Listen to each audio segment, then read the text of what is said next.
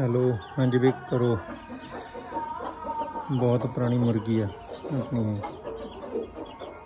ये दस्यो किन्ना जोड़ जाड़ जा इत्थे है इहदा इन्ना चौड़ा जोड़ा पुंजे दा पूरा फुल हैगी।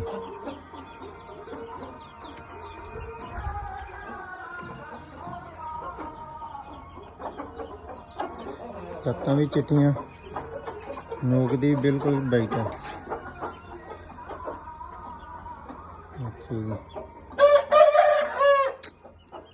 ये अपनी रानी मुर्गी